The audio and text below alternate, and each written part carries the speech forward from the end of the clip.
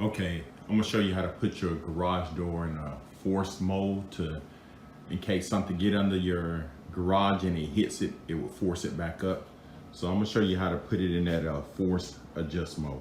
First, what you wanna do is find this purple learn button right here.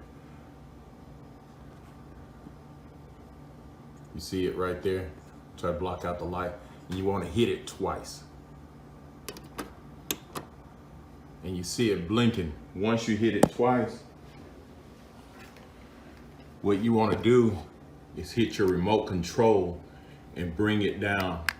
Bring your garage door opener all the way down.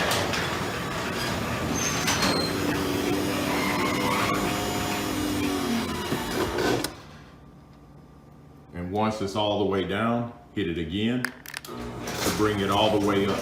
And as you can see, that light is still blinking.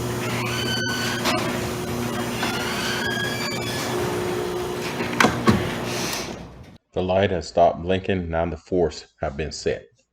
And what they say is get a 2x4. You can get a 2x4. I got a brick here. It should be under that sensor. And I'm gonna put it right here and I'm gonna lower it down. See what happened? Once you hit the brick, it should come up.